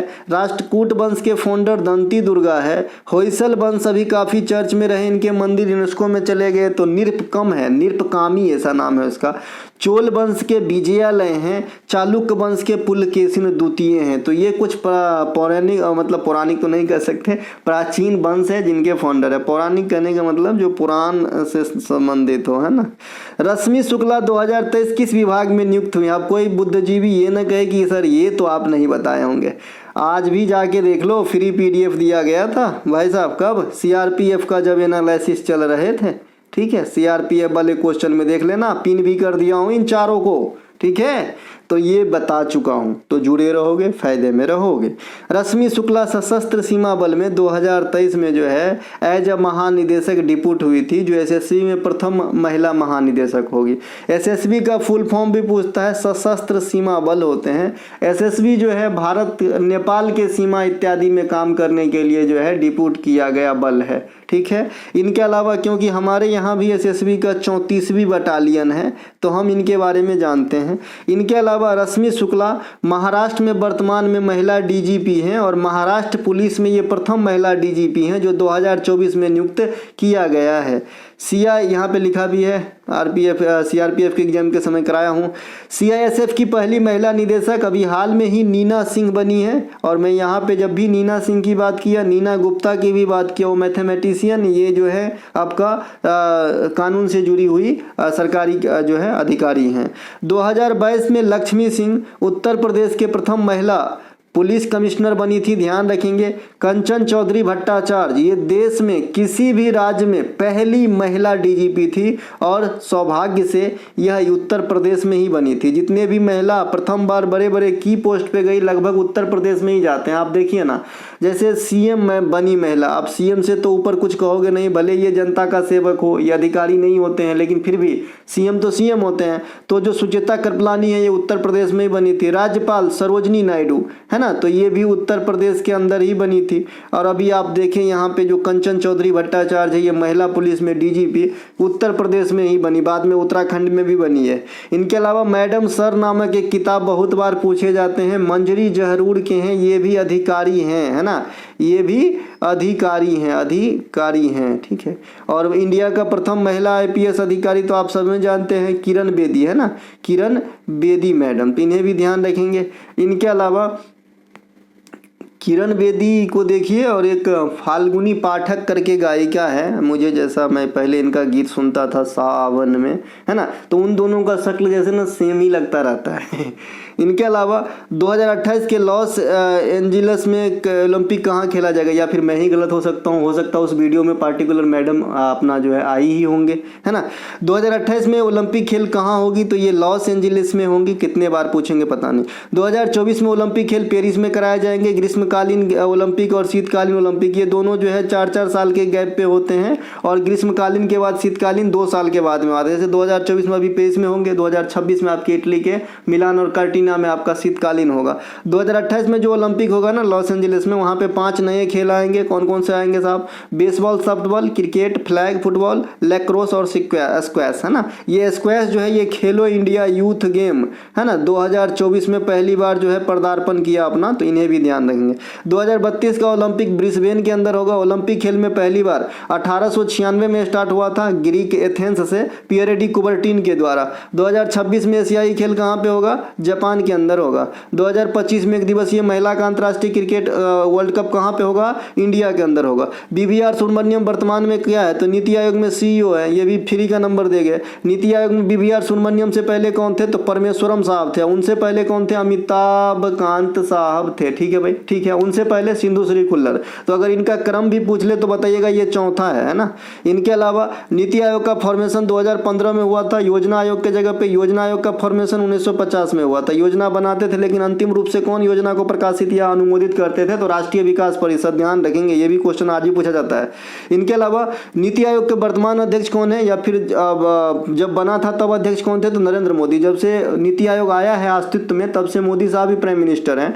उपाध्यक्ष अरविंद पनगड़िया तथा प्रथम सीईओ सिंधु श्री खुल्लर मैडम है। नीति आयोग में गरीबी रेखा के आकलन करने के लिए जिम्मेवार संस्था है। इनके टास्क फोर्स के द्वारा आकलन किया जाता है। हालांकि एनएसएसओ नमूना सर्वेक्षण का मदद ली जाती है।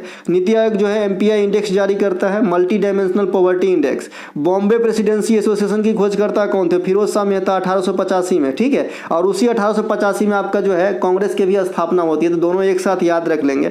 द ईस्ट इंडिया एसोसिएशन, ये भी काफी पूछे जाते हैं। 1866 में लंदन में दादा भाई नौरोजी के द्वारा स्थापित किया गया था।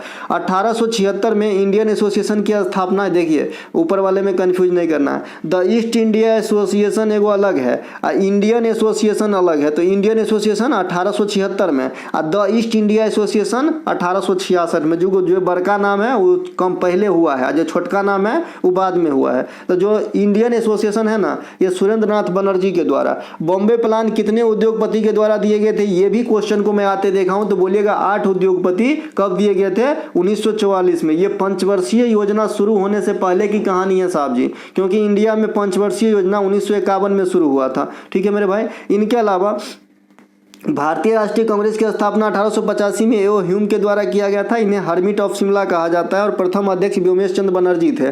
अखिल भारतीय किसान सभा का गठन 1936 में स्वामी सहजानंद और एनजी रंगा के द्वारा किया गया था। ठीक है, तो ये बात भी आपको ध्यान रखना है।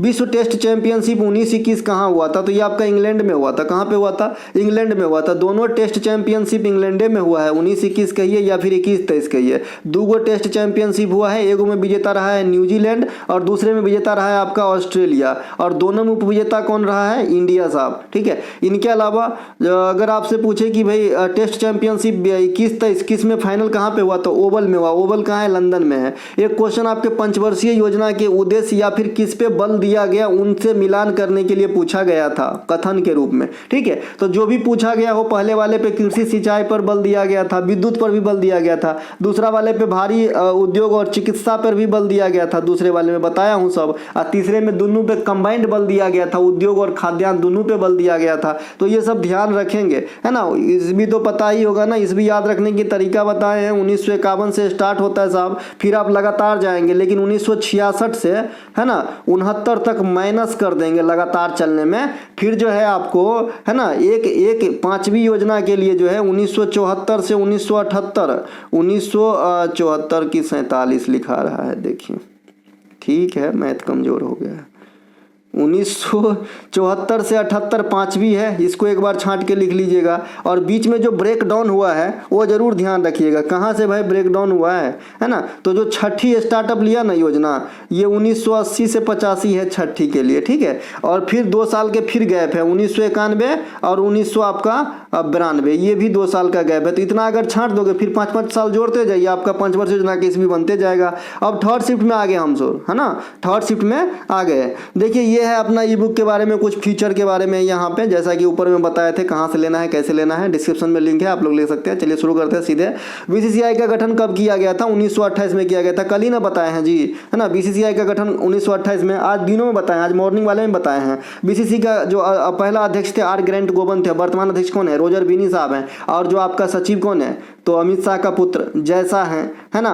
और एशियन क्रिकेट जो आपका है, एशियन क्रिकेट काउंसिल एसीसी, इनमें भी जो है आपका जो है कौन है अध्यक्ष, जैसा है। तो जैसा 2 पोस्ट पे हैं, एक वो सरकारी कर्मचारी एक ही पोस्ट पे रह सकते हैं, लेकिन ये सब जो है थोड़ा सा बड़ा वाला पोस्ट है, तो एक से अधिक पर भी रह सकते हैं। इनके अलावा भारत की सबसे पुरानी फुटबॉल प्रतियोगिता डूरंड कप है ना, डूरंड कप।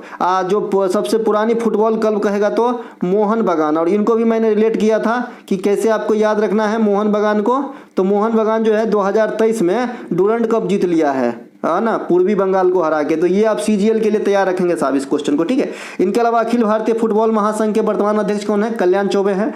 भारतीय ओलंपिक कमेटी की स्थापना कब हुई थी, 1927 में। ये जो सवेरे पूछा था ना फुटबॉल वाला क्वेश्चन, वहीं से कॉपी पेस्ट किया हूँ। देखिए नीचे मैं बताया हूँ बीसीसीआई की स्थापना, देखिए नीचे यह है कि नहीं है। बीसीसीआई की स्थापना 1928 में, वर्तमान अध्यक्ष रोजर बिनी। ठीक है, तो यही कॉपी किया गया वहाँ पे।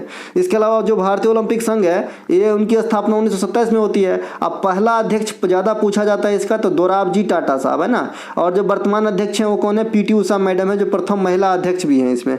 इसके अलावा एक है स्पोर्ट्स अथॉरिटी ऑफ इंडिया, भारतीय खेल प्राधिकरण की स्थापना 1984 में हुआ है। इसके अध्यक्ष कौन होते हैं, प्रधानमंत्री होते हैं। एक प्रश्न पूछा गया है, बिल्हन किसका दरबारी कवि था। देखिए कलहन, बिल्हन और जो आपका समुद्रगुप्त का कौन है भैया, हरिसेन, ये तीनों को काफी पूछे जाते हैं। ठीक है, तो जो बिल्हन है ये विक्रमादित्य 6 के हैं। बिल्हन की रचना में विक्रमादेव चरित्र, इनके ऑप्शन में विक्रमादित्य 6, 5, 3, 4 ऐसा रहता है। और जो तराइन की युद्ध होता है ना, कि मोहम्मद गोरी ने किनके साथ युद्ध किया, तो वहां पे भी ऑप्शन रहता है पृथ्वीराज चौहान तृतीय, द्वितीय, 5वीं, चौथी, है ना, तो तृतीय के साथ किए थे। हरिसेन समुद्रगुप्त के दरबारी कवि थे, इन्होंने प्रयाग प्रशस्ति की रचना की। जयदेव, है ना, ये लक्ष्मण सेन के दरबारी कवि थे, इन्होंने गीत गोविंदम की रचना की। जो भारतीय में जो आपका शास्त्रीय नृत्य है, इसके बारे में भी जानकारी है गीत गोविंद में। तानसेन, फैजी, अबुल फजल, अब्दुल रहीम खान खाना, मुल्ला दो बंदोप्याजा, ये सभी के सभी जो है अकबर के नवरत्न में शामिल थे। इनके अलावा राष्ट्रीय जलमार्ग से आपका मिलान करने के लिए दिया गया था, तो एकदम मैं गारंटी के साथ कह सकता हूं कि पहला और दूसरा ही पूछता है, ठीक है। तो राष्ट्रीय जलमार्ग जो है इलाहाबाद से हल्दिया को जोड़ती है, पहला वाला है ना, पहला वाला। अगर आपसे पूछे कि पहला किस नदी प्रणाली में है तो गंगा नदी प्रणाली में है। इसके अलावा जो आपका जो है आपका क्या लिखा है, राष्ट्रीय जलमार्ग 2 जो है ये धुबरी से सादिया को जोड़ते हैं, है ना, और ये ब्रह्मपुत्र नदी प्रणाली में स्थित है, ठीक है। तो ये दोनों बात ध्यान रखेंगे, पहला और दूसरा। इसके अलावा स्वर्णिम चतुर्भुज योजना, ये आपका महानगर जो है आपका स्वर्णिम चतुर्भुज योजना जो है ना, ये आपका 4 महानगरों को जोड़ने वाली परियोजना है, और ये आपका 5846 किलोमीटर जो है इसके टोटल क्या होता है, लंबाई होता है, जो 4 क्या हो गया थोड़ा देर और। तो ये जो आपका कहाँ थे, स्वर्णिम चतुर्भुज योजना 4 महानगर को जोड़ने वाली परियोजना है, 5846 है ना। इनके अलावा रेडियो तरंग की जो खोज है, ये आपको देखिए मैंने कल आपको बताया ही था, इस सेम फॉर्म में मैंने यहाँ से कॉपी किया है। मैक्सवेल जो है सबसे पहले इस पे जो है आपने विचार किया था कि इस प्रकार के कुछ होंगे, और इसी मैक्सवेल को थ्योरी को आगे बढ़ाए थे हेनरिक हर्ज, इसीलिए यहाँ पे स्टार लगा है। इन दोनों में से कोई एक ऑप्शन होगा साहब रेडियो तरंग के अंदर, ठीक है। एक रेडियो की खोज अलग है, एक रेडियो तरंग ये वेव है, जहाँ पे कल आपका एक्स किरण पूछा गया था ना, वहीं पे बताया था। एक्स किरण नहीं, यूवी पूछा गया था। एक्स किरण की खोज विलियम रेंटजन, कोशिका की खोज रॉबर्ट हुक ल्यूवेनहॉक 1674, न्यूट्रॉन की खोज जेम्स चैडविक 1932, पॉजिट्रॉन की खोज एंडरसन ने किया था, न्यूट्रॉनों की खोज पॉली महोदय ने किया था, पीएच स्केल की खोज सेरेंसन महोदय ने किया था, डायनामाइट का आविष्कार एल्फ्रेड नोबेल ने किया था, रेड क्रॉस के संस्थापक हेनरी डुनांट है, तो इन्हें ध्यान रखेंगे।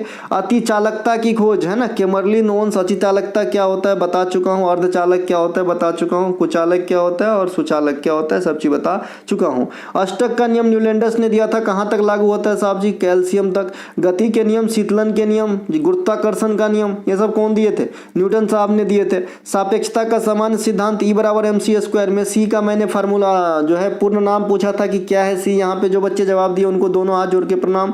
तो ये आपका आइंस्टीन, क्योंकि मैं ये मानता हूँ कि जो बच्चे मेरे बात मान रहे हैं वो सीरियसली पढ़ने के लिए आते हैं। इनके अलावा अल्फा किरण की खोज रदरफोर्ड ने किया था, प्रोटॉन की खोज से भी जुड़े रदरफोर्ड, रेडियो सक्रियता की खोज हेनरी बैकुरल ने, ऑक्सीजन की खोज जोसेफ प्रिस्टले ने, और ये वाला लाइन तो इसके से प्रश्न ही बन गए हैं। इनके अलावा चिल्का झील किस नदी के किनारे है, दया नदी हो सकता है ऑप्शन में। चिल्का झील भारत के खारे पानी की सबसे बड़ी झील है, इसे सबसे पहले रामसर में शामिल किया गया था। जो गोल्डन बीच है ना, ये भी उड़ीसा के अंदर है, गोल्डन बीच है ना।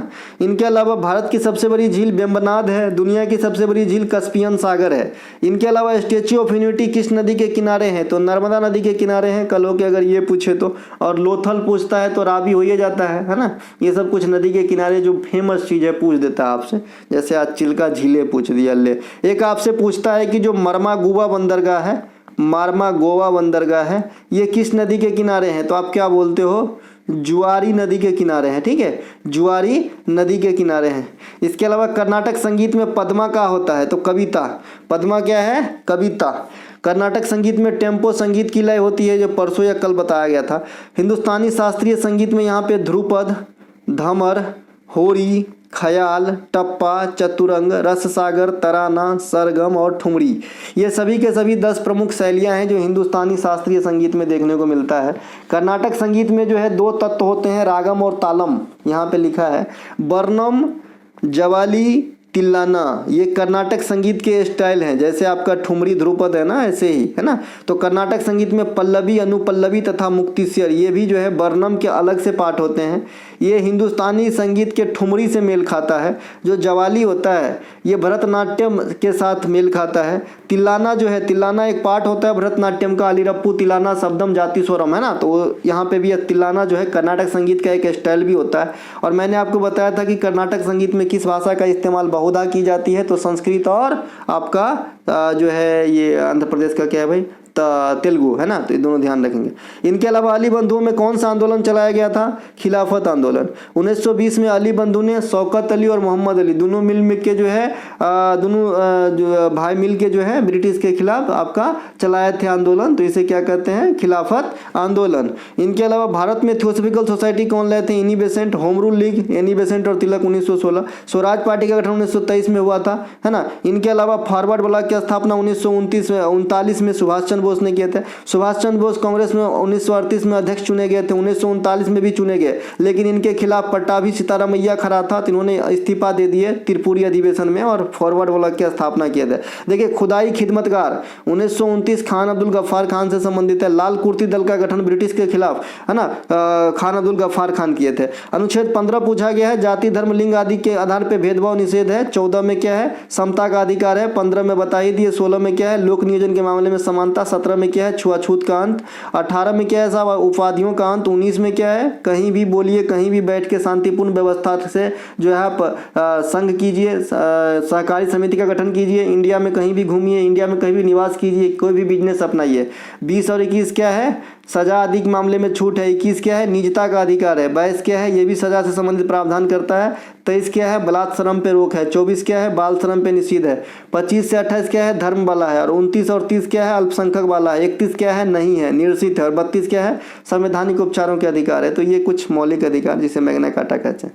कचन करेन जनजाति, देखिए कचन करेन जनजाति में ऑप्शन नहीं है क्योंकि एक से अधिक जगह पाया जाता है। कचन करेन जनजाति जो है ये भारत के अरुणाचल प्रदेश और नागालैंड में पाए जाएंगे क्योंकि इसका मेन ओरिजिन तिब्बत है। तिब्बत के अलावा ये चाइना में भी और म्यांमार में भी पाए जाते हैं। इरुला जनजाति भारत के तमिलनाडु में पाए जाते हैं। टोडा जनजाति नीलगिरी में पाए जाते हैं। ओंग और सोमपेन जनजाति अंडमान में पाए जाते हैं। वर्तमान में सबसे अधिक जनजातीय समूह वाला जनजाति भील है। 2011 के अनुसार पहले गोंड हुआ करता था, भील हो गया। गारो खासी जयंतिया मेघालय में है। बैगा जनजाति छत्तीसगढ़, उड़ीसा, मध्य प्रदेश इत्यादि में पाए जाते हैं। मुंडा जनजाति झारखंड इत्यादि में पाए जाते हैं। इनके अलावा मोहिनी अट्टम कहाँ का नृत्य है? भाई केरल का नृत्य है। ये जो है इसमें भगवान विष्णु की पूजा और सिर्फ महिलाएं भाग लेती है। जादूगरनी का नृत्य कह लेते हैं इसे, है ना, इसे कहते हैं हम जादूगरनी, है ना, जादूगरनी का नृत्य, है ना। जादू भरी आंखें वाली सुनो, एक गीत सुने होंगे आप, है ना। इनके अलावा 8 शास्त्रीय नृत्य यहाँ पे हैं। मोहिनी अट्टम, कथकली, भरतनाट्यम, ओडिसी, सत्रिया, कथक, मणिपुरी, ईटीसी। इनके अलावा केडी यादव से क्वेश्चन आया, पहला जो है ओलंपिक व्यक्तिगत, तो ये हेलेंसिकी में केडी यादव 1952 में ब्रॉन्ज मेडल कुश्ती खेल में दिलाए थे। व्यक्तिगत स्वर्ण अभिनव बिंद्रा साहब 2008 बीजिंग ओलंपिक। व्यक्तिगत रजत मेजर राजवर्धन सिंह राठौर 2004 एथेंस। और व्यक्तिगत सबसे पहले जो महिला जीती है जो कर्नो मलेश्वरी आपका वेट लिफ्टिंग में 2000 में सिडनी ओलंपिक में ब्रॉन्ज मेडल। इनके अलावा संक्रामक बीमारी पूछा है, कोलेरा दिया गया था ऑप्शन में, ऊपर व्याख्या कर दिया हूं। भारत का पहला कार्बन न्यूट्रल जो आपका हवाई अड्डा बनाया जा रहा है वो कहां बनाया जा रहा है? अगर इस लैंग्वेज में पूछा है तो लद्दाख। और कहां है? तो सबसे पहले इंदिरा गांधी, जो आपका इंदिरा गांधी इंटरनेशनल हवाई अड्डा है ये आपका कार्बन न्यूट्रल है ना। सौर ऊर्जा से संचालित पहला पोर्ट कोचीन पोर्ट। भारत का पहला जैविक राज्य सिक्किम एयरपोर्ट, है ना, और एयरपोर्ट, है ना। कोचीन में चूंकि पोर्ट भी है, जो कोचीन में पोर्ट भी है ना, सही बात है भाई, एयरपोर्ट की बात हो रही है। इनके अलावा जैविक राज्य सिक्किम हो गया। जैविक राज्य केंद्र शासित सब डिजिटल राज्य केंद्र शासित प्रदेश, डिजिटल केंद्र शासित प्रदेश आपका जम्मू कश्मीर। यहाँ पे मैं खुद ही गलती कर गया, एक सेकेंड। भारत का पहला डिजिटल राज्य केरल और डिजिटल केंद्र शासित प्रदेश जम्मू कश्मीर। भारत का पहला हर घर जल वाला राज्य गोवा और हर घर जल वाला पूर्वोत्तर भारत का राज्य अरुणाचल प्रदेश। बाद में उत्तर प्रदेश में सबसे अधिक एयरपोर्ट है, ध्यान रखेंगे। इसके अलावा एक क्वेश्चन आपसे पूछा गया है, जैसे कि बच्चे ने भेजा है, कुश्ती चैंपियनशिप में पहला। अब कौन सी कुश्ती चैंपियनशिप में? क्योंकि कुश्ती चैंपियनशिप 2 फॉर्मेट में चालू किया गया था। जो मेंस का कुश्ती चैंपियनशिप है 1904 में स्टार्ट हुआ था। एगो फिर फ्री स्टाइल में इसी खेल को बढ़ा के 1951 में शुरू किया गया, फ्री स्टाइल वाली प्रतिस्पर्धा। तो इन दोनों में से कौन पूछ रहे हैं आप? इसके अलावा अगर अंडर 20 में इंडिया के लिहाज से पूछे होंगे तो अंतिम पंघाल हो जाएंगी महिला। अंडर 20 कुश्ती चैंपियनशिप जीतने वाली प्रथम भारतीय महिला, है ना, अंतिम पंघाल है, ये बताए थे, ठीक है। इसके अलावा भी और एक क्वेश्चन पूछे यहाँ पे बच्चा, हाँ, हरित क्रांति से कुछ क्वेश्चन आया है। कोई भी क्वेश्चन आया होगा छूटेगा नहीं, क्योंकि सबसे अधिक गेहूं पे असर और भी खाद्यान्न पे असर। इनके घाटा क्या है भाई, है ना, ज़्यादातर सिंचाई और ज़्यादा खाद का प्रयोग करने से उर्वरा शक्ति में ह्रास होते हैं। कीटनाशक वगैरह के प्रयोग करने से स्वास्थ्य पर दुष्प्रभाव पड़ते हैं। इसके संस्थापक या फाउंडर नॉर्मन बोरलॉग है। भारत में MS स्वामीनाथन है। सबसे पहले पंजाब में आया, 2 चरण में चले। तो ये हरित क्रांति के कुछ जो है आपका थे एनालिसिस है। इनके अलावा एक क्वेश्चन और पूछा गया है, एक सेकेंड मुझे याद करने दीजिए। हाँ, महाभारत का जो है अनुवाद किसने किया था फारसी में? तो बदायूं किए थे, है ना, बदायूं। ये तो बहुत कॉमन क्वेश्चन है और आपका एसपीडी वगैरह किताब में भी इजी लेवल अवेलेबल है, इजी में। तो बदायूं हो जाएगा। रजमनामा कहते हैं, रजमनामा कहते हैं, ठीक है। आप लोगों के लिए क्वेश्चन छोड़ के जाता हूँ, जो आपका राजतरंगिणी है, राजतरंगिणी कश्मीर के इतिहास बताते हैं। तो इनका जो है अनुवाद किसने किया था, इनको ट्रांसलेट किसने किया था, आप लोग बताइएगा, ठीक है। मिलेंगे अगले शिफ्ट में, तब तक के लिए जय हिंद। सभी बच्चे ध्यान से सुनिए, जिनको सिर्फ एनालिसिस का ही पीडीएफ मेरा चाहिए, है ना, सिर्फ एनालिसिस और कोई सा भी नहीं चाहिए, तो आप जो है टेलीग्राम के ऊपर ही जाएं, है ना, टेलीग्राम से ही कलेक्ट करें, क्योंकि एनालिसिस की पीडीएफ फ्री ऑफ कॉस्ट है, इसके लिए कोई चार्ज नहीं है। हमारा आपको पेड कंटेंट चाहिए तभी आप व्हाट्सअप नंबर 93 72 69 32 25 पे जो है मैसेज करें। सिर्फ एक लौता नंबर है और कहीं भी ना करें, ठीक है भैया। चलिए मिलेंगे, या फिर डिस्क्रिप्शन में लिंक है, लिंक क्लिक करेंगे, व्हाट्सअप आएगा, इस पे मैसेज करना। जय हिंद दोस्तों।